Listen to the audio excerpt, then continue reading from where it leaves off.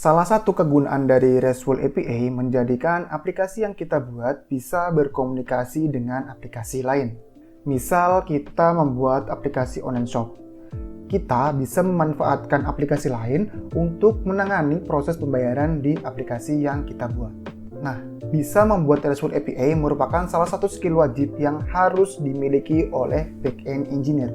Seorang backend engineer yang baik tidak membuat RESTful API dengan sembarangan. Ada banyak konsep dan ketentuan yang harus diikuti. Pada video kali ini, aku akan membahas tentang RESTful API dari dasar sampai dengan best practice dalam proses pembuatannya. Halo teman-teman, mari kita mulai pembahasan belajar RESTful API dari dasar. Nah, RESTful API merupakan skill wajib yang harus dimiliki oleh backend engineer. Teman-teman yang ingin bekerja sebagai backend engineer nantinya akan 100% membuat RESTful API. Nah, kegunaan dari RESTful API ini banyak ya teman-teman ya. Salah satunya teman-teman akan bisa mengintegrasikan aplikasi A dengan aplikasi B dengan menggunakan RESTful API. Sekarang kita akan pelan-pelan membahas pengertian dari RESTful API.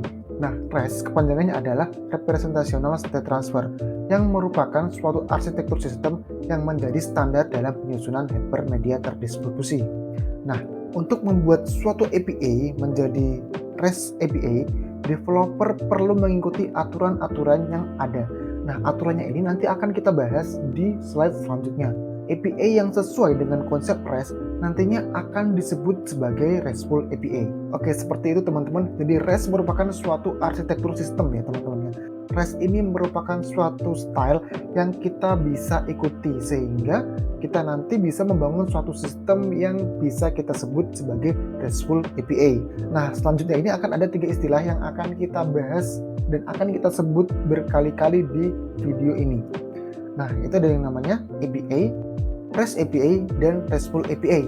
Ketiga istilah ini berbeda ya teman-teman ya. Sekarang kita akan membahas yang pertama adalah API. API atau kepanjangannya Application Programming Interface.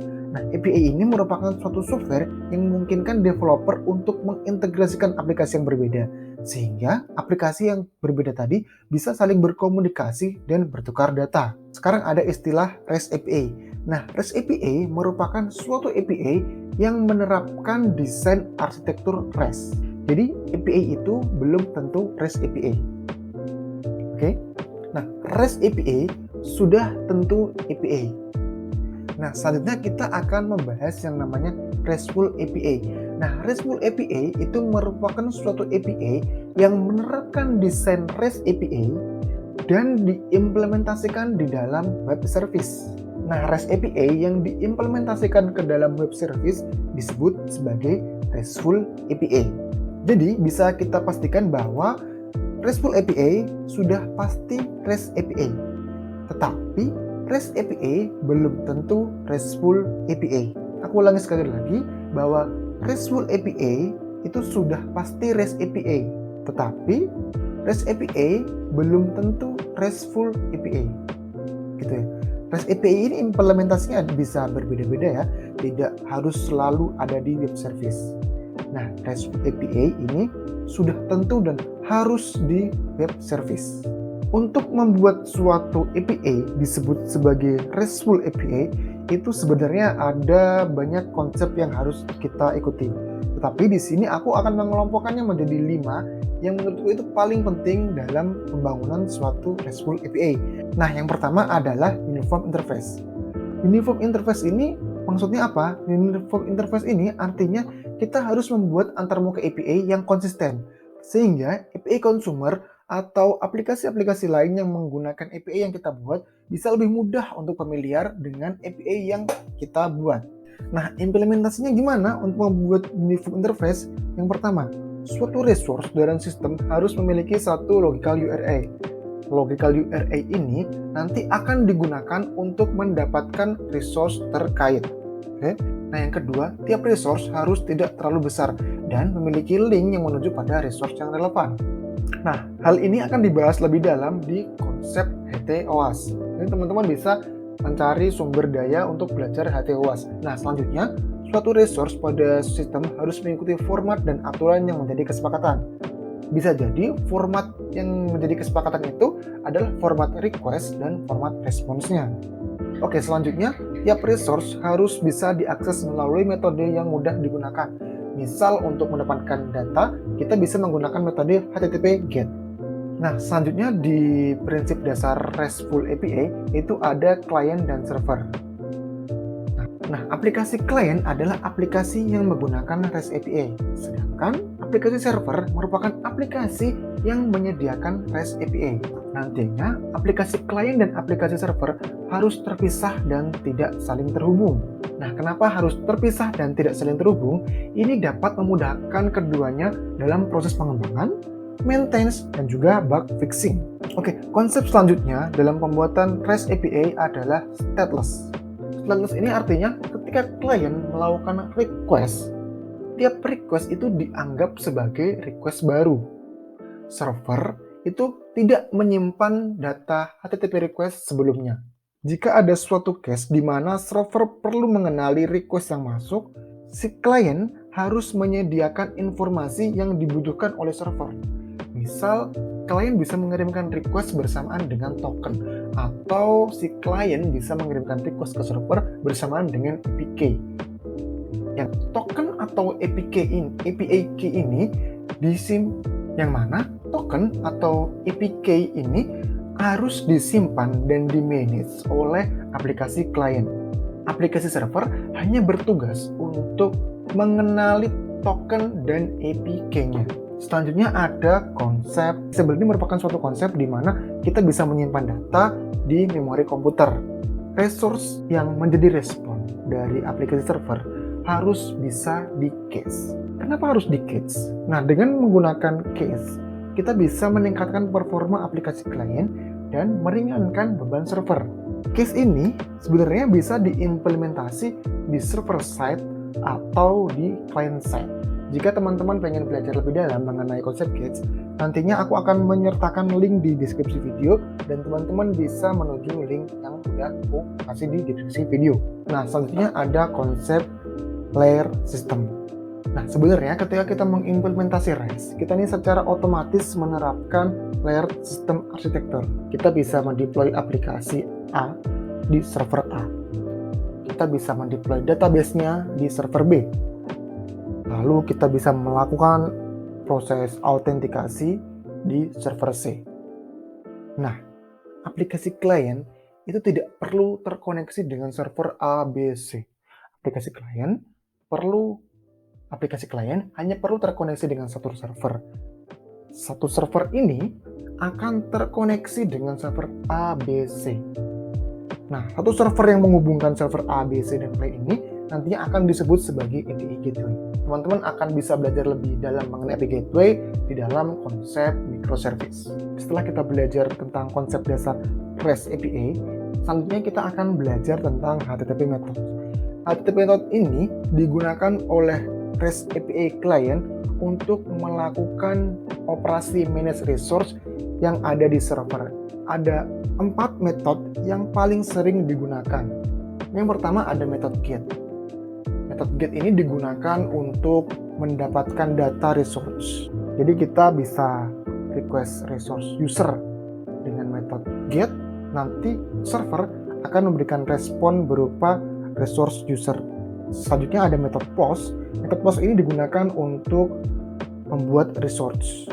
Lalu ada metode PUT atau patch. Nah, metode ini sama ya gunanya. Metode ini digunakan untuk update resource yang udah ada di server. Lalu yang terakhir ada metode delete. Seperti namanya, metode delete ini digunakan untuk menghapus resource. Sekarang kita akan membahas lebih dalam metode get.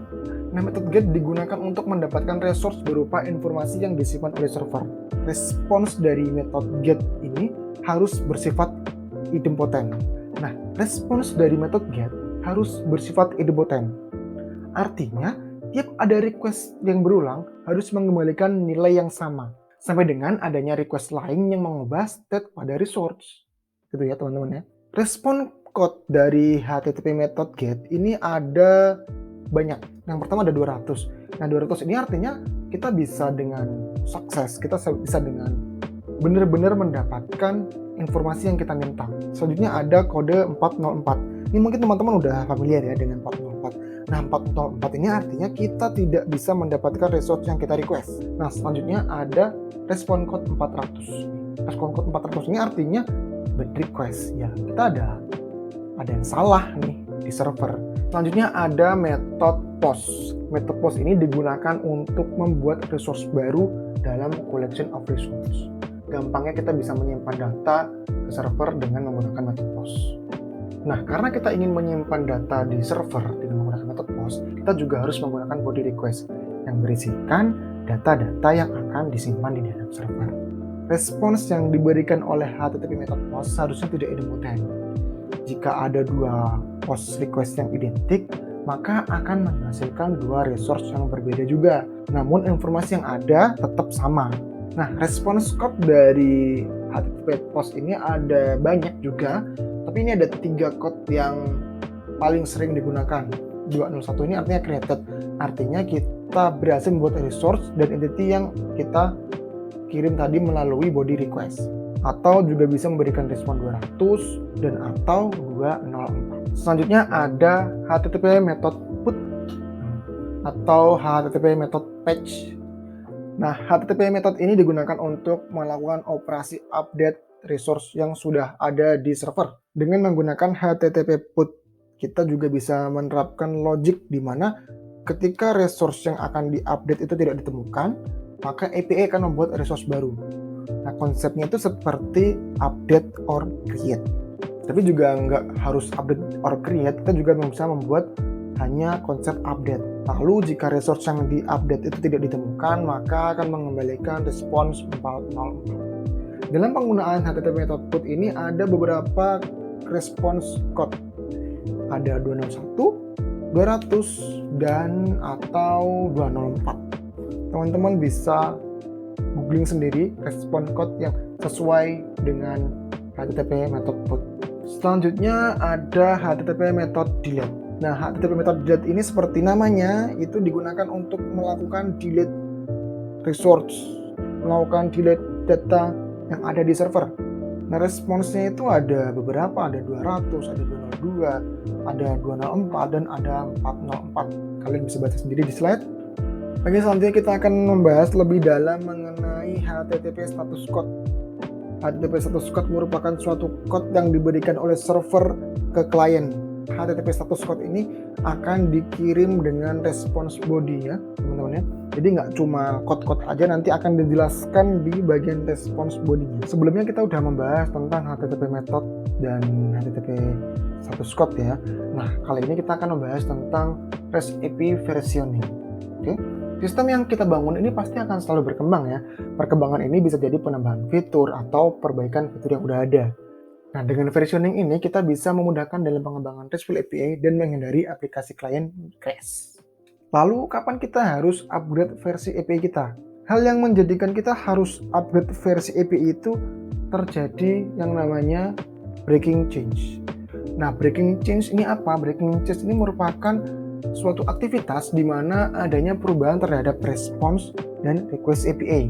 Nah, perubahan ini meliputi perubahan tipe data, format data, atau menghilangkan beberapa bagian dari respons. Tapi ingat, penambahan parameter baru dan endpoint baru tidak termasuk ke dalam breaking change. Oke teman-teman, sekarang udah paham kan kapan kita harus upgrade versi API? Setelah kita tahu kapan kita harus upgrade versi, lalu bagaimana cara memberikan versi API? Nah, sebenarnya tidak ada panduan khusus ya dalam memberikan versi. Tapi ada 3 cara yang paling sering digunakan dalam pemberian nama ketika kita melakukan upgrade versi API. Nah, yang pertama, kita bisa memberikan versi di URI. Nah, ini merupakan pemberian nama yang paling familiar. Nah, dengan menggunakan opsi ini, kita bisa memberikan garansi bahwa jika ada perubahan pada API, tidak akan berpengaruh langsung ke klien, selama klien tetap menggunakan versi yang sudah kita tentukan. Nah, misal kayak gini ya formatnya ya. http apa.example.com /versi 1 v1. Ini digunakan untuk klien yang ingin implementasi API versi 1. Atau kita juga bisa menggunakan format lain seperti http api v1.example.com. Nah, cara selanjutnya itu menggunakan custom header request.